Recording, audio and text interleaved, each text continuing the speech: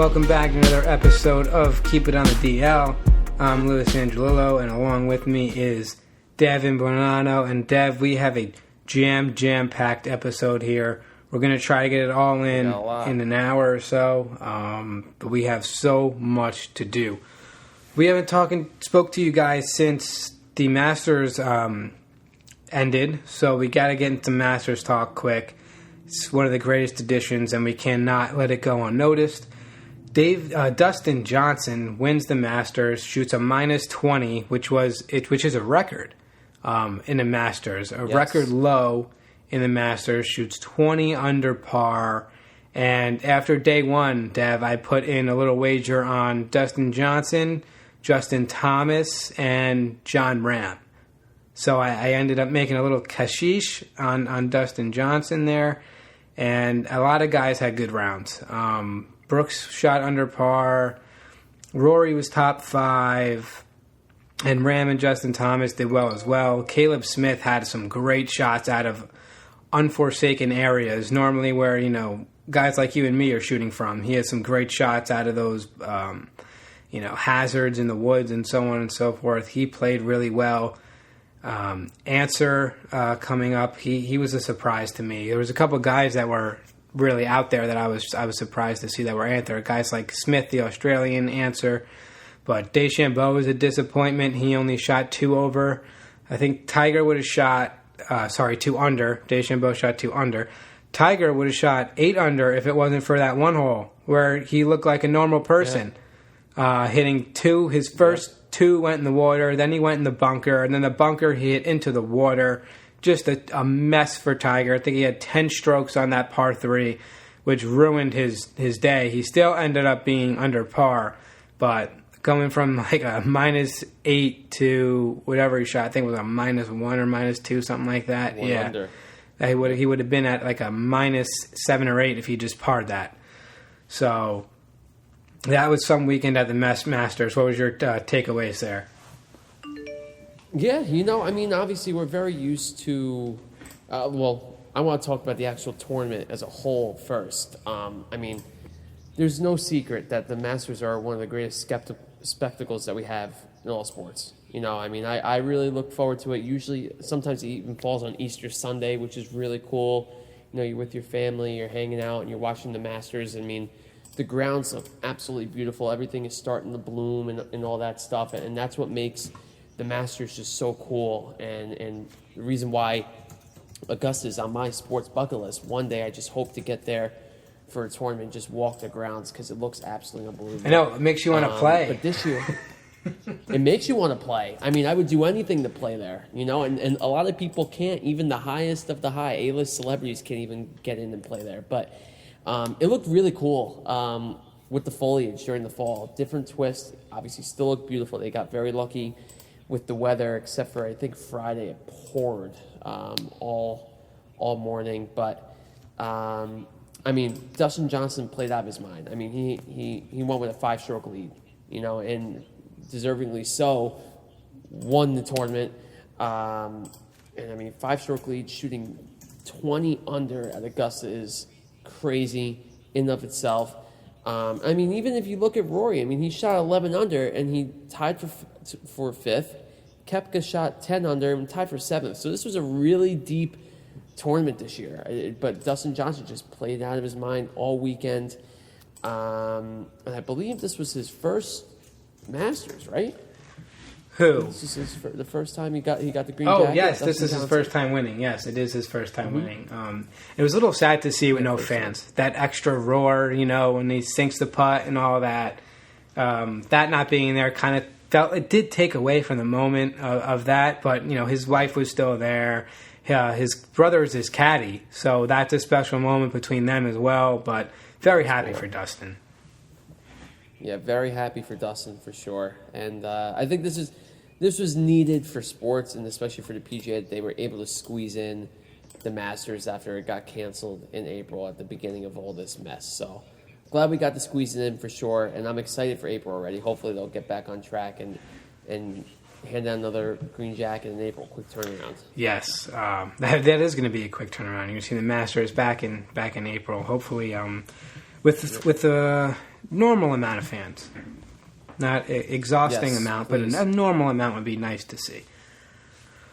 Oh, all right. For sure. From the course to the court, NBA draft was last night, and Knicks fans have something to finally be a little happy about after a draft. Knicks at 8, selecting Obi Toppin, the Wooden Award winner last season, and he played out of his mind at Dayton. He's 24 years old, which some people don't like, but it's still younger than you and I, Dev. Yes, it is. So he's not old. He's don't get freaked out. He's not an old person. He still has his prime ahead of him. He was an absolute stud. He's ready to roll. Get him on the court. He's ready to be put in the starting lineup and see what this guy can do. Some Knicks fans are saying, well, we really needed a guard, so on and so forth. Yes, they needed a guard. Yes, they needed shooting.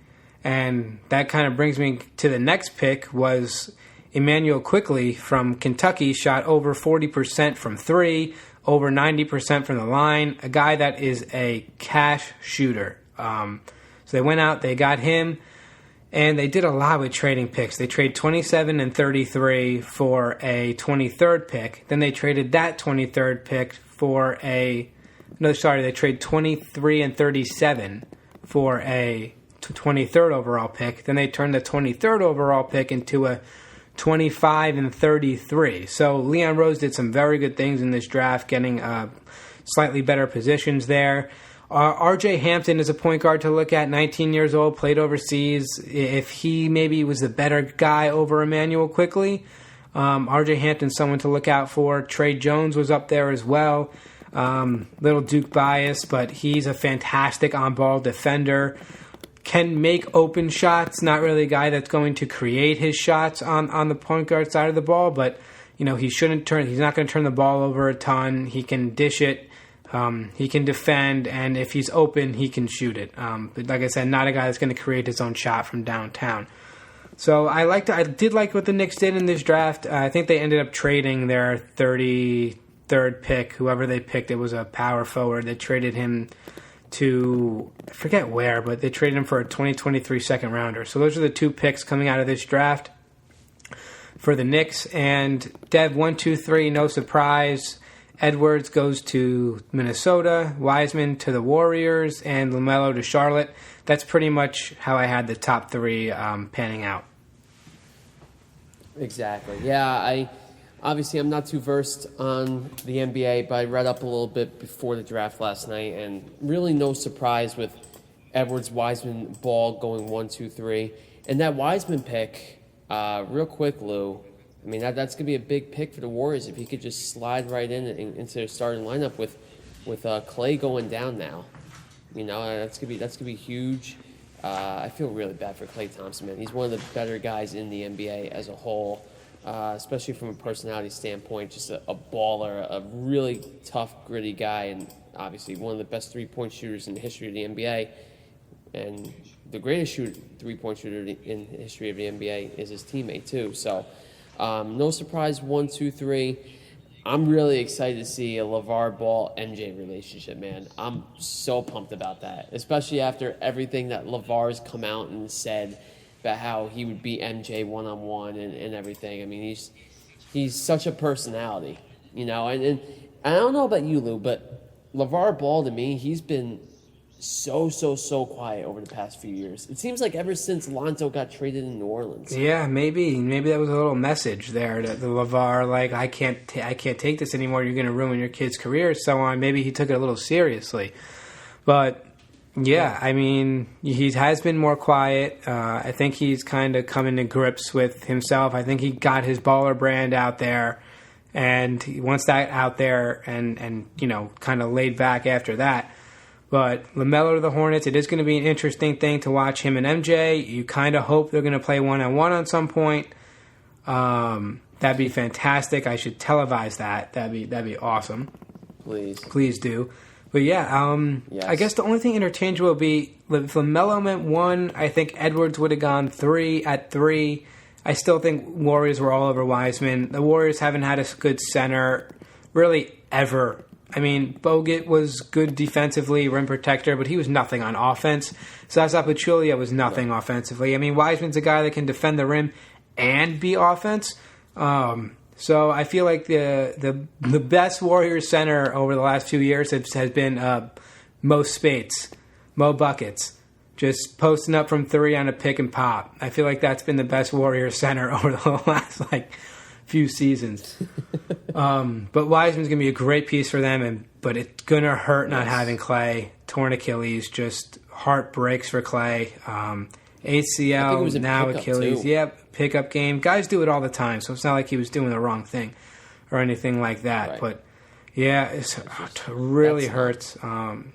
We're going to see. I do expect the Warriors to still be in the playoffs, especially if they're going with this 20-team playoff model, which seems absolutely ridiculous to me. Way too many teams. But we'll see. I do expect the Warriors to be back in the playoffs. If Curry remains healthy, they still have Andrew Wiggins. You still have Draymond Green. You add Wiseman in the mix, and you get a player to step up. Someone's going to need to step up for this team if they're going to be successful. You got to have somebody step up and handle what Clay could handle, and that's being a fantastic defender and a fantastic guy creating his own shot and being open and knocking down threes. So Warriors have their work cut out for them there, and so on and so forth. But other draft line stories here. Go ahead. Real quick, Lou, I want to say something about the Knicks, too. One pickup I really like for the Knicks, I mean, I think they're really starting to make some headway here. I think Leon Rose is going to be a good GM for them. I will not hate a Russell Westbrook pickup. I won't. I know a lot of Knicks fans would hate it. But, I mean, you're going to get a superstar who's heading in the wrong direction, but a guy that can easily take over games. You're going to have potentially a player that is, I mean, used to be a superstar in this league and really the biggest name that they've had on the team since Porzingis, or maybe even Melo if you want to go back that far.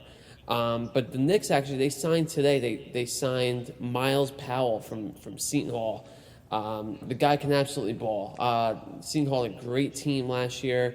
They were top 15 at one point. Their best player, and he went undrafted, and the Knicks signed him today. So that's going to be a really good signing. See if he could stick on the roster. But everyone's touting it as a great signing. And from what I saw a little bit from going to a few Seton Hall games last year, he was awesome. He was great. Yeah, fantastic player from Seton Hall. That's a good call there. Yes, that was one of their undrafted signings there. But speaking of the Knicks, and I would hate to see Russell Westbrook. Absolutely hate it. He's not a guy that's going to come in and develop guys like RJ and Frank and Emmanuel. He's not going to be that guy. He's going to be take over the game guy. I'm getting the assists, I'm getting the buckets, and you're all on my offense. I don't like that. I don't think that style works in the NBA. It doesn't. That's why he had that one MVP year where he had to be that guy to do everything on the Thunder, but that's not what you want from your organization. You want to find...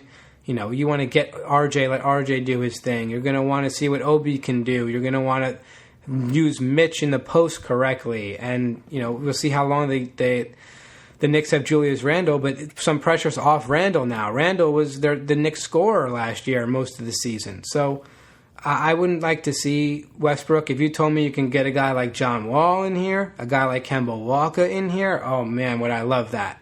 Well, Russell Westbrook doesn't fit the mold to me. Not someone I want to see the Knicks go and get. But if you tell me Wall or Kemba, I'm all over both those guys.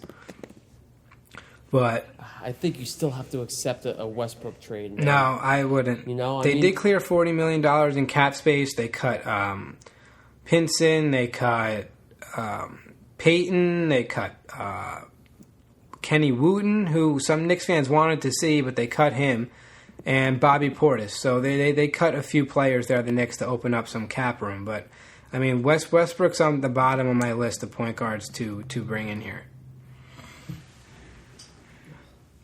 Yeah, we'll see. I mean, I don't know if it's going to happen. You've seen the Knicks name tossed all over the place. So, I mean, it'll be interesting either way. I think it'd be cool to see him in the Garden. Yeah. I just wouldn't want him there. I think it'd be cool to see John Wall or Kemba in the Garden. Kemba from the area. That'd be cool to see. And before we move on here, some other quick draft headlines. Trey Jones from Duke went to the Spurs. Vernon Carey landed with the Hornets with LaMelo, and the Pacers snagged up Cassius Stanley, who I think is going to be a stud in years to come. That guy can flat out fly. His shot's going to get better, and his defense is going to get better. I think Cassius Stanley is some guy that I kind of wanted the Knicks to take at 33 and keep, but he's a guard, and it's what the Knicks needed. So I'll see how he develops in Indiana. But the draft was not a powerhouse draft, so we'll see how these top guys and so on and so forth pan out. But other NBA storylines before we move on in our show here. CP3 goes to the Suns, play alongside Devin Booker. What do you think of that? I've always been a huge CP3 guy. It's amazing that he's been in the league as long as he has. I think this will be his 17th year in the league, which is unbelievable. I think he and Booker, that's going to be a great duo out there. The Suns played very well in the bubble. Obviously, they went undefeated and somehow didn't make the playoffs. So hopefully they can build upon that. But good for him. That CP3 Harden duo obviously didn't really work out. And then out in Oklahoma City, he did okay. But either way, I think it's going to be good for the Suns. It's going to be really good.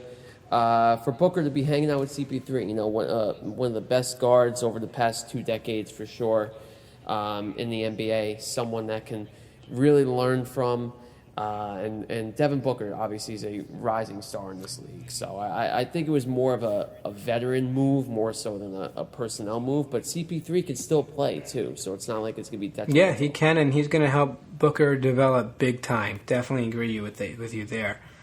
Some news from Woj just now. The Golden State Warriors are in talks with Oklahoma City about guard Kelly Oubre to send him over to the Warriors, kind of more some depth with Klay Thompson out. So that could happen by the end of today. Last thing on the NBA now, James Harden was offered a $50 million year contract extension. That would have made him the highest athlete on a per-year basis. And he turned it down because he does not want to be with the Rockets. Wow. $103 million over the next 2 years. Wow. For them to turn that down, he must really not want to be there, becoming the highest-paid athlete in all sports on a per-year basis. Would you have turned this down? What do you think? I don't think. I guess money doesn't lead to happiness all the time, if he thinks he's going to be happy somewhere else, he's going to get a contract of lesser value, but he'll be happier somewhere else. Money doesn't always talk, man. And he's obviously showing it. So, I don't know what I would do.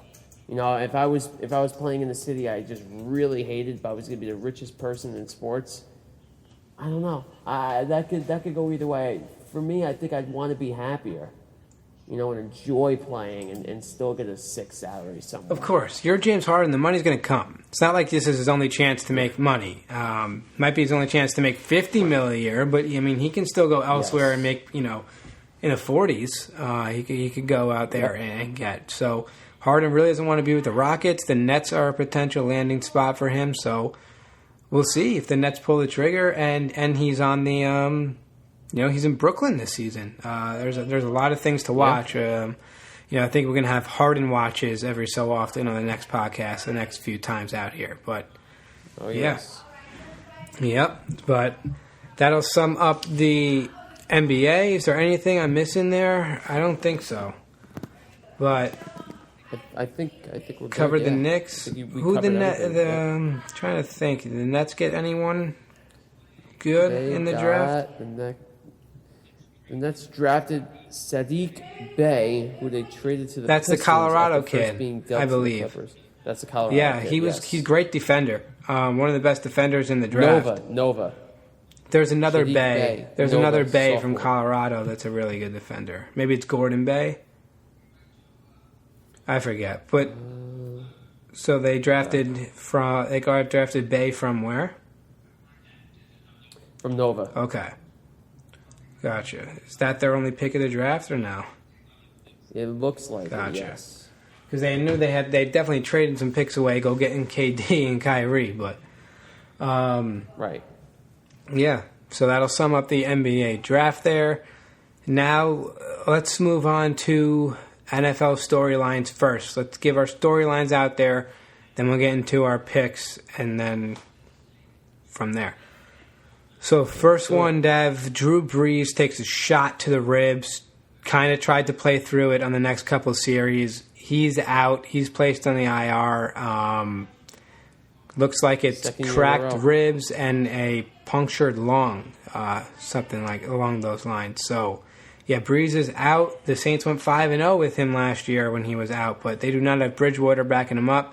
They have Jameis Winston and Taysom Hill. Sean Payton not giving the other team any ideas on who's going to be under center for that game. My guess is it's going to be Jameis Winston. But, yeah, now Jameis is in an audition for next season. Can he be the Saints quarterback? It starts now in these next 3 games. He's going to need to be really impressive for the Saints. So, what do you think of this Brees injury? Oh, it hurts because I love Drew Brees. I really do. And I don't know about you, Lou, but I think that this is a very weird year for the Saints. It's not the typical Saints high-powered offense where they're going to go 13-3, get the bye into the divisional round, someone's going to come into the Superdome and knock them out type of thing. Yes, they are leading their division, but I don't see this team going any better than 11-5, potentially 10-6 with a wild card position.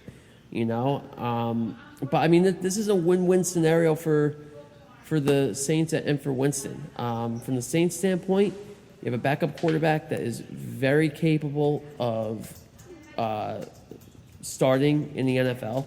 Obviously, he has with the Bucks.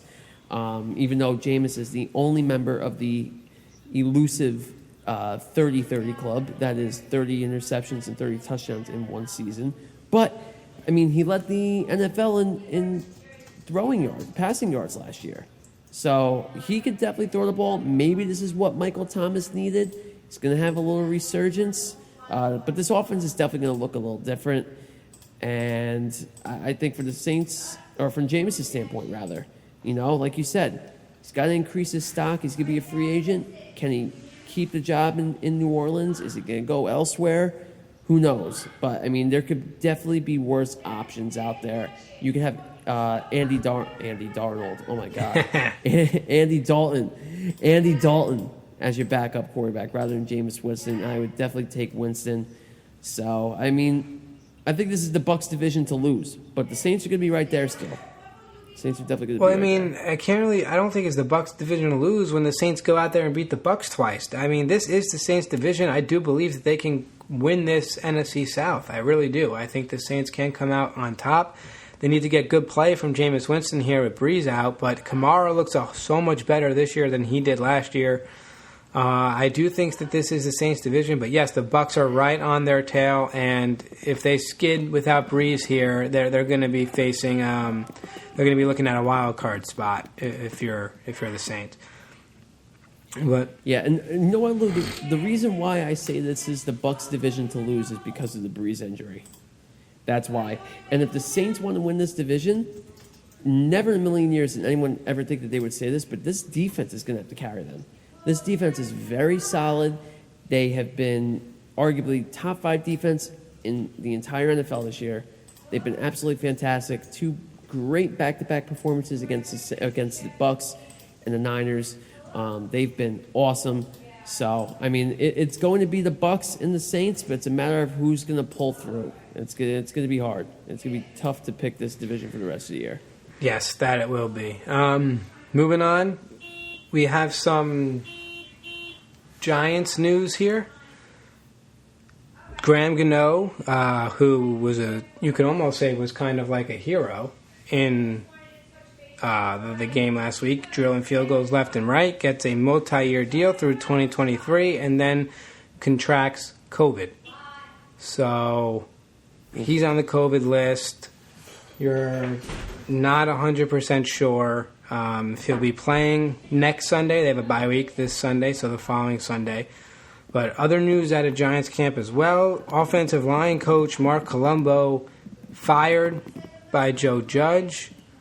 So that was a surprise. That was a surprise, seeing that. Because the offensive line turned it around. They started playing better. But then as I read on, I saw why it wasn't surprising. Judge was going to areas where he felt needed improvement. And he thought the offensive line needed improvement. So he went there that week. He coached the offensive line along with Colombo.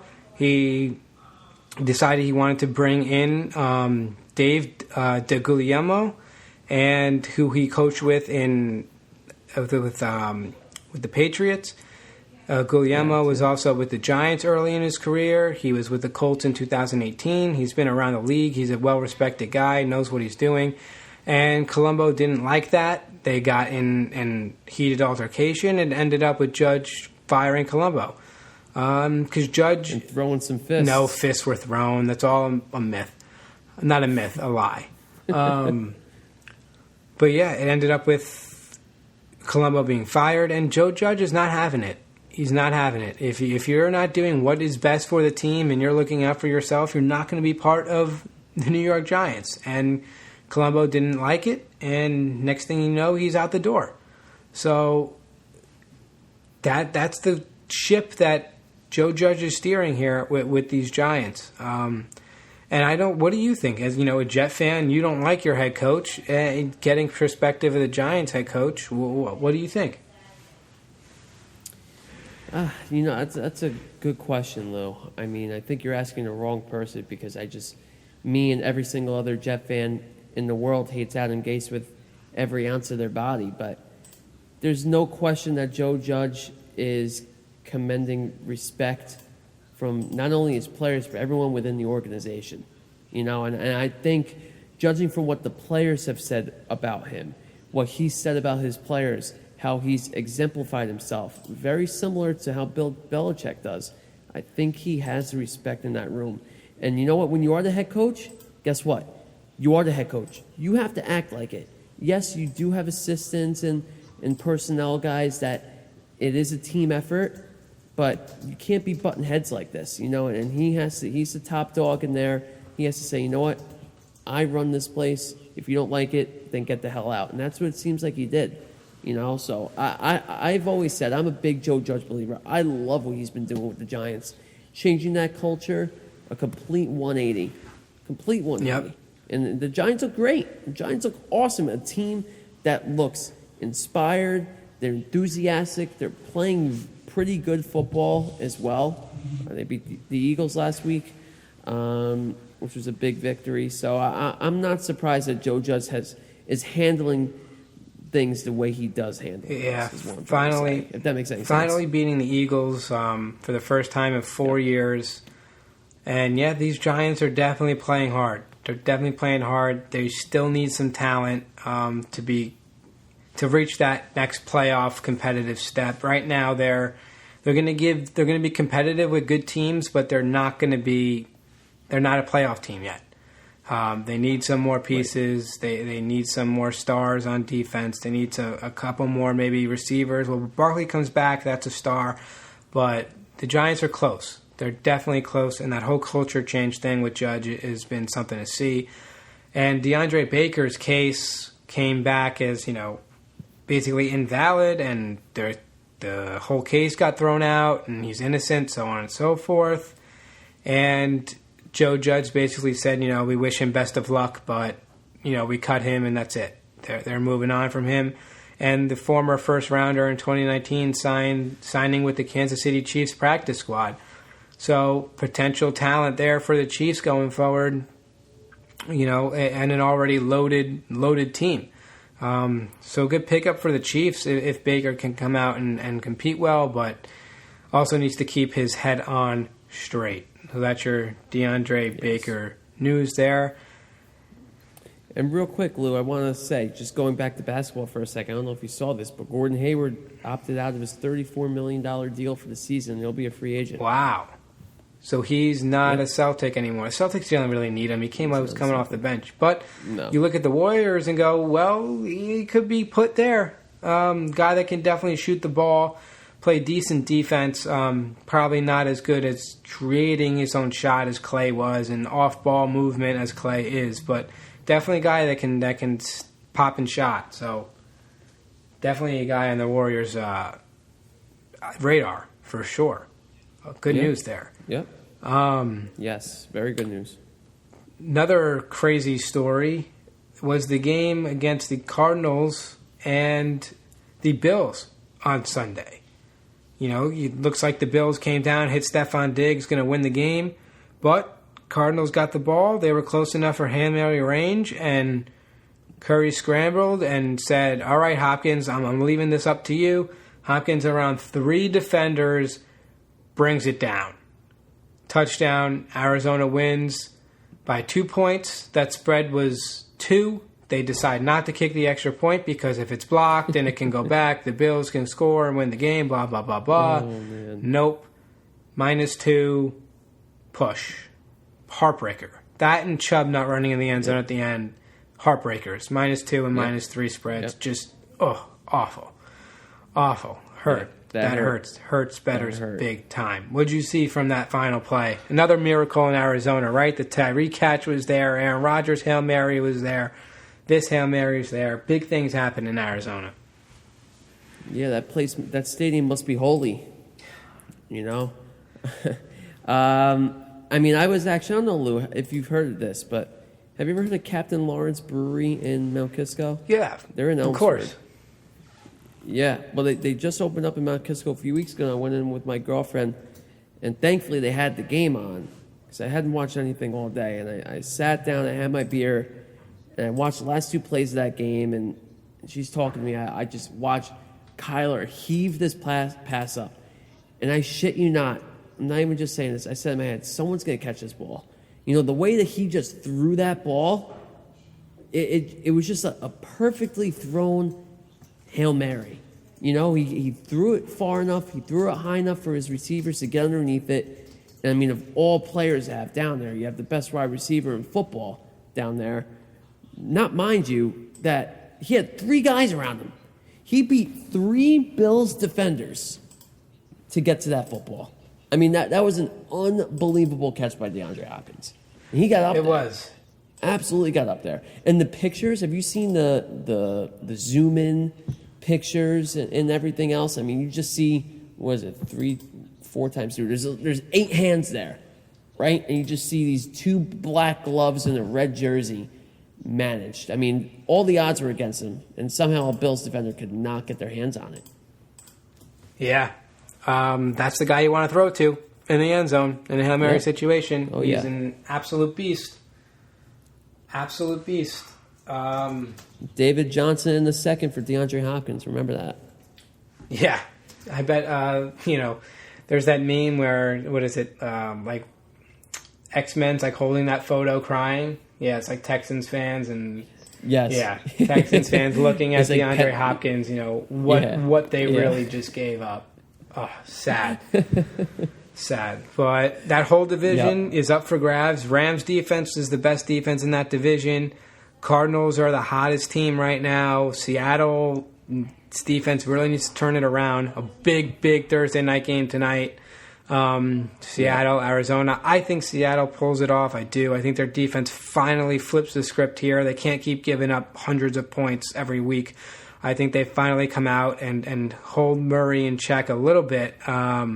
Maybe like a 27-24 win, a 27-21. I don't know, something like that along those lines. But they have a big game tonight. And the final storyline from Sunday is Nick Foles' atrocious Monday night game. It was just Cordell Patterson trying to do all he could for the Bears offense to win. The only touchdown came on his kick return, and that was it. Other than that, it was Vikings just being able to get it done. And Kirk Cousins' first career Monday Night Football win. And then Nick Foles was ultimately carted off there in the fourth quarter after taking a shot on a sack. So we'll see if Nick Foles is healthy. The Bears have a bye week this week, so looks like Trubisky could be the quarterback heading into 2 Sundays from now. And I really think he's the better quarterback. I just do. I think he can create more plays. I think he can scramble better than Foles can. They're strictly throwing and placing the football. Foles might be better, but I think for this offense, they need to make something happen, and Trubisky can make something happen more than Nick Foles can, in my opinion. So we'll see what the Bears can do with their season going forward. But, Foles injury. Yeah, I mean, Bears did not look good, and they made the Vikings look very good. And it's kind of crazy just to think about how that was Kirk Cousins' first win on Monday Night Football, and believe it or not, the Bears held Dalvin Cook to respectable numbers. Yes, the Bears D is still very, very good. They just have you need a run game to complement a good defense, and the Bears don't have that. They couldn't really run the ball. No. David Montgomery's not the answer. I don't know what they're going to do at running back, because that experiment seems like it's failed. That ship has sailed. And Allen Robinson's got to get the hell out of Chicago, man. They're going to be in a deep rebuild after this year, I think. Foles isn't getting it done. Obviously, they've gone away from Trubinsky. But this is what I said. Like, when was it, week 3 when they brought Foles in Atlanta? When I brought up Steve Young's point, when I heard him talking about how are you going to take Trubisky out right now. If Foles does not play well later on in the year, what the hell are you going to do? You're going to go back to Trubisky? And that is a dilemma that the Chicago Bears could potentially be in right now. They could still fight for a wild card spot in the NFC potentially. I believe they're 6-4 now, right? The Bears are 5-4. 5-4. Excuse me. So I think they could be 6-4, or they're 5-5. I can look it up right now. One of the two. Either way, I mean, they're still potentially still alive in the NFC race. So what do you do if you were the Chicago Bears? I don't know what the answer is. You trade Khalil Mack to the Giants next year and take half his contract. What do you think of that? That'd be great. That would be great, but I just don't know if they're going to trade him. He's their best player. And they traded all that stuff. I mean, they traded, 2 firsts and like a 4th over to Oakland. Yeah, Bears are now 5-5. 5-5. And yes. Really, could it be their Daniel Jones touchdown pass away in the fourth quarter with time expiring from being 4-6? 4-6. So, yeah, absolutely. Yeah, the Bears have a lot of work cut out for them. I do think a rebuild is coming there, at least offensively, because Allen Robinson's not going to want to be there next year. He's gone. The Bears got a lot to do. Final thing with the NFL, Pro Bowl going to be virtual, kind of Madden style. I mean, not the worst thing. I mean, the Pro Bowl has been enough of a joke, you can say, the last few years. But, yeah, virtual Pro Bowl. Don't hate it. I don't hate it. Especially with COVID and everything. It'll be cool. It'll definitely be cool. You know what? I wouldn't be surprised if they got more viewers from this than the actual Pro Bowl. If people are stuck inside with COVID, yeah, they will. Yeah, exactly. Because I can't remember the last time I watched a Pro Bowl. Yeah. But it's just another night to delinquently bet. Yes. So hopefully FanDuel or DraftKings has That's something. what it is. Oh, they're going to be all over it. All over it. All right, Dev. Let's get to our picks. Final part of the NFL. Last week, I had Tampa minus 5.5 as my lock. That was awesome. They crushed the Panthers. That gave me 3 points. And Monday night, I bet against Kirk Cousins, which I think everyone in the world was the plan to. And the Bears offense just didn't score. Bears offense scores at plus 2.5, easy cover. Couldn't find a way to get in the end zone. So I went 1 for 2 last week. Brings my total to 33 points. And Dev, you had another dud week, man. 0. Yeah. Went up another 0. Green Bay only squeaked by the Jags by 4 points. And Seattle's defense just cannot get this team to win, putting all the pressure on Russell Wilson. So you ended up with another goose egg here. So I am only 1 point behind you. 34 points for you, 33 for me. So take us into your picks this week. I just wanted it to be interesting. Yeah, well, man, I got to get a fire lit under my ass or something. I've been ice cold even personally, on Sundays. But I'm feeling good about this week. I know we were talking off the air. We both like a lot of dogs this week. There's a lot of value in a lot of teams this week. Just for starters, I like the Eagles. The Bengals are nice. The Panthers we both like. The Titans, the Texans. There's a lot of teams here. Obviously I can only keep my picks to 2. I'll start off with my favorite. I really like the Packers this week. I know the Colts are coming off that long week. I know they got a great defense. The Packers got a great defense too. But, I just think Aaron Rodgers in that offense, Aaron Rodgers and Devontae Adams, if Alan Lazard, I still can't say his last name. If he can play, Lazard, whatever. Yeah. Well, you know what? When he's in the lineup, he's their number 2 wide receiver. I'm just laughing at the way you pronounce it. I'm not laughing at him being a player. I'm laughing at you saying Lazard. Alan Lazard. No.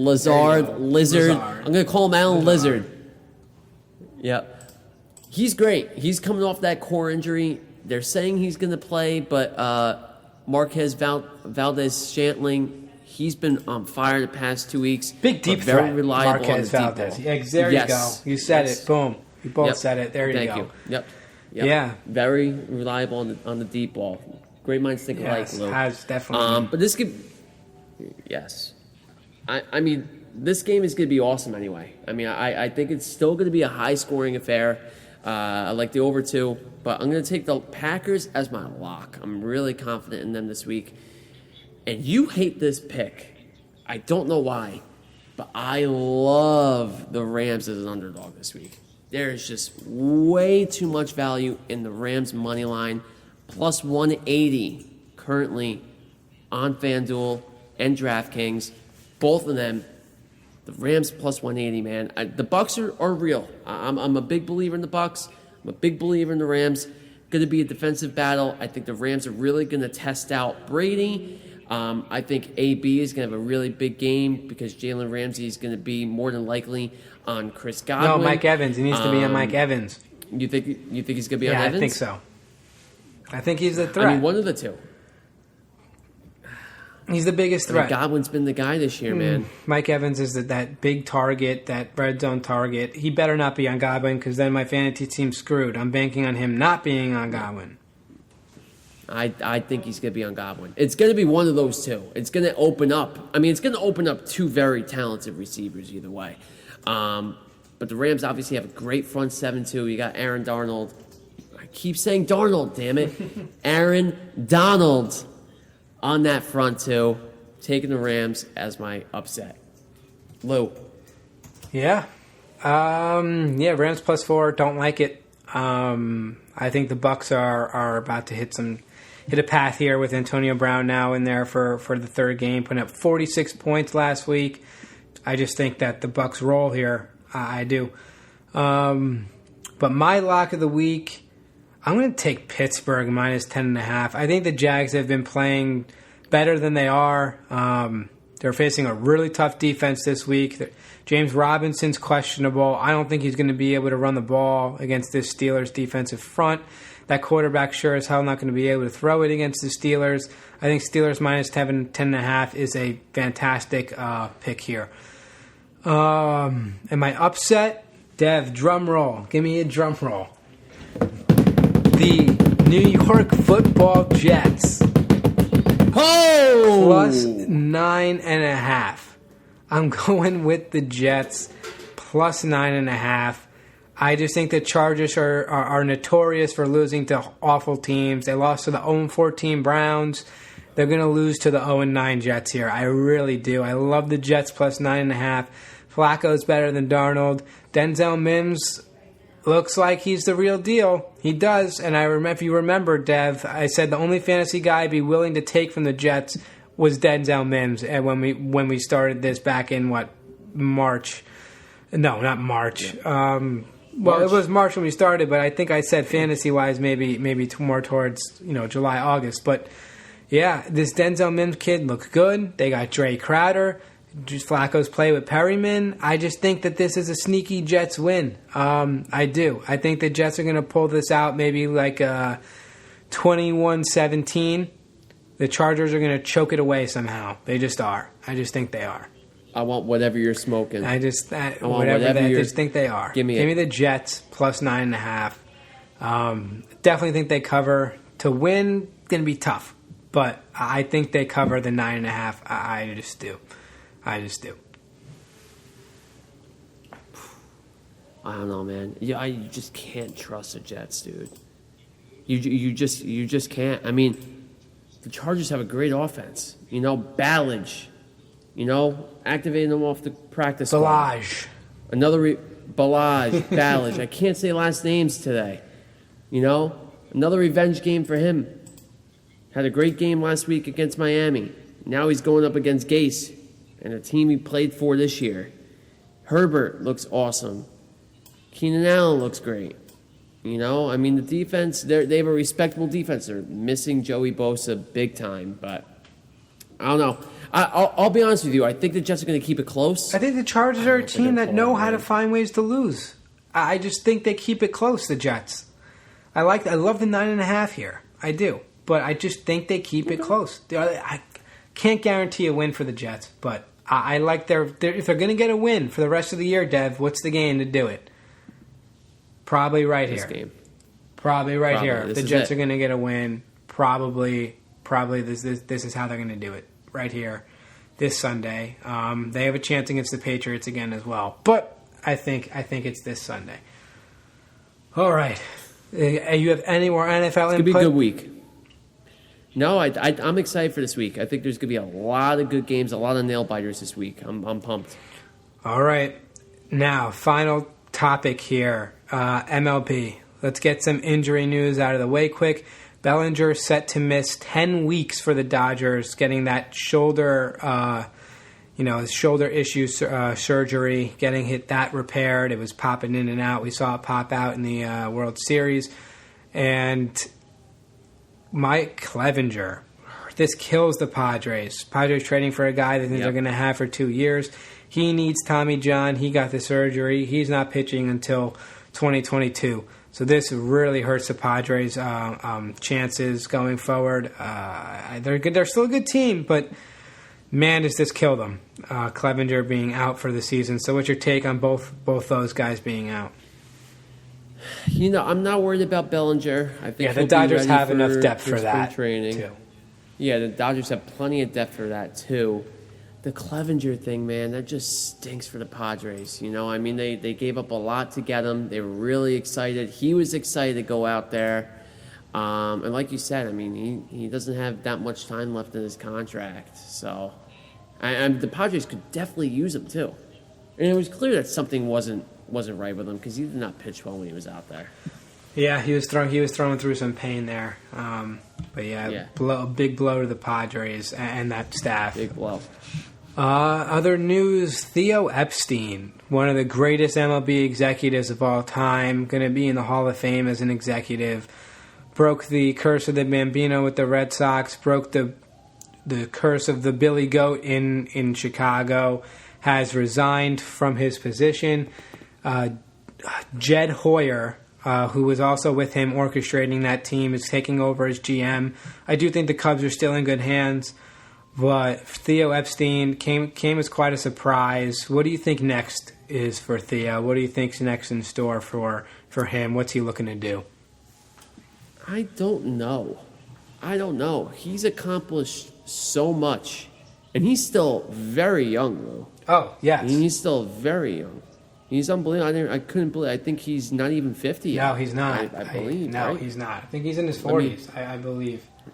Yeah, he's 46, man. That's crazy. That Red Sox team was 16 years ago. He was 30 when he built that team. It's just crazy. He's a great executive. There's no doubt about that.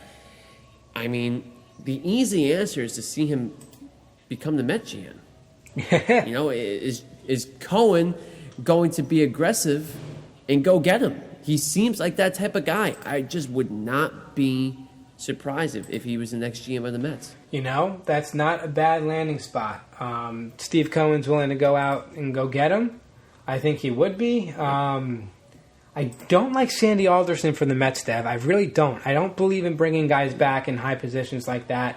Them bringing back Familia like that, they wouldn't want to bring. There's just some things when you cut guys loose, you let them go.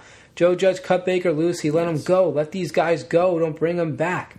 So I don't know. I don't like Alderson there for the Mets, but if they can go and get Theo Epstein, that'd be something. That'd be huge for the Mets. But it would be huge. Yeah, could that be his next project?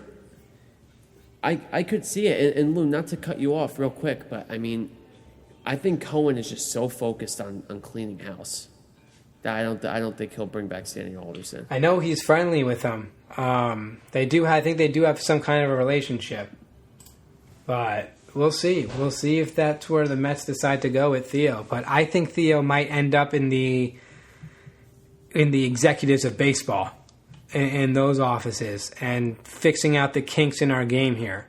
I think Theo could end up there as well. That's another spot where he said he'd consider going. But the guy's not done with baseball. He will be back. One of the greatest execs in the game. But staying on the Mets here, they got Robbie Cano testing positive for PEDs for the second time in his career. He's facing a 162-game suspension. He's done for the season. And blessing in disguise here for the Mets? 100%. They don't have to pay the $24 million that he was due next year. Yep. And this is going to hurt his Hall of Fame resume. And this isn't the first time either. No, his Hall of Fame resume is done. There's no way this guy's getting in the Hall. No chance. I agree. It's a shame because I was a big Robbie Cano fan, but I mean, of course, we're going to probably hear a story of how it was accidental and how he tried to get permission from the MLB, blah, blah, blah. I don't think so. This guy's dumb, man. You can't be doing that. And, you got to applaud the Yankees for not getting this guy for 7 years that he wanted to. And the Yankees would have never went out and got guys like LeMahieu, Starlin Castro, who are viable players for them at the second base position. So you got to applaud the Yankees for not going out and signing Cano. And yeah, just another, thing on Brody's resume here. Doesn't make anything better in that trade. They could have Kalinick in that outfield coming up, but they traded him away. But yeah, now the Mets have options. They can explore some options. If I'm the Mets, I put McNeil there and I leave him there for the end of time. I think McNeil plays better at second base. He's a better hitter, I think, when he just plays second base. Guys need to get into this habit, and McNeil playing right and third and second and all over the place. Get him in a routine of playing second base. He's going to only up from here for McNeil if he can just be their everyday second baseman. I think that's the way the Mets need to treat this and move forward here. But I don't think everyone's going to entertain DJ LeMahieu. I just don't think he goes with the Mets. I think the Yankees put on their big boy pants and just give him what he wants, whether that's 5 years, I've been hearing. The Yankees apparently want 3 years, but if they can settle on 4, that'd be fantastic. DJ's willing to take less money to stay with the Yankees, what you want to hear. So the fact that he's willing to take less money, just give him the 5 years and move on. Get this done already. Stop leaving Yankee fans in fear here of not having DJ LeMahieu in the lineup. But the Yankees really got to go out and get him before a team like the Mets says we'll give you 5 years and a bunch of money. But I think the best move for the Mets is to keep McNeil at second base and go out and get a third baseman and get some outfield depth and maybe lock up Conforto, even look for another pitcher to complement DeGrom and Syndergaard in that rotation. Whether that's Bauer or not, I think Bauer ends up with the Angels, but we'll see. The Mets have a lot of ways to go, and hopefully DJ LeMahieu is not one of them, and he'll stay with the Yanks. Yeah, I hope so too. Please do whatever you can to keep this guy in pinstripes, and I really think they will. Even though Cashman's not going to want that 5th year, I think they're going to have no choice but to give him the 5th year. Yeah, if that's what it's going to take, that's what it's going to take. Yep. So, I think this is it to our massive episode here. A lot of stuff we went over. I think that pretty much wraps it up. You got anything else? I think we're good. I'm really excited for this NFL week. I really am. I think this is going to be one of the more exciting weeks of the season. Big week. Division Especially rivals with going tonight. at it tonight. Going to be awesome. Yep. Who you like tonight? I'm really tempted to take the Cardinals. I love the over. I know you don't, but I think the Seahawks spread -3. I actually got it 2.5, so I'll take the Seahawks -2.5. Yeah, I kind of like the Seahawks too. I just think that their defense can't keep playing this poorly. They just got to stop at some point. Not saying they have to put up, hold the Cardinals to 10 points, but, hold them under 30 one time. So I think that the Seahawks defense really needs to come around here. On a short week, I think this is the week the Seahawks defense can get it done. Yeah, I think 58.5 points is way too many. I do like the under. I do like Seattle. And we'll see. This is a game for first place in the NFC West. One of the best divisions in football. Yep. Big time. So they'll catch that game at 8 o'clock. But yeah. Chris Carson not playing, by the way. Carlos Hyde. Yeah, Carlos Hyde, DJ Dallas, Alex Collins, platoon back there for Seattle. Bo Scarborough. How about that? Yeah. Yep, it's... they can't call up Alex Collins off the practice squad because they've done it twice already, I think. And if they so Alex Collins is not playing tonight. He's not playing, no. It's going to be Carlos Hyde, DJ Dallas, and Bo Scarborough. Wow. All righty then. There's your platoon for Seattle. But yeah, the best division in football tonight. So that's going to do it for our jam-packed episode here. A lot to take in. But we'll see you guys next week. Probably a much lighter episode. But that's it. Take care, everybody.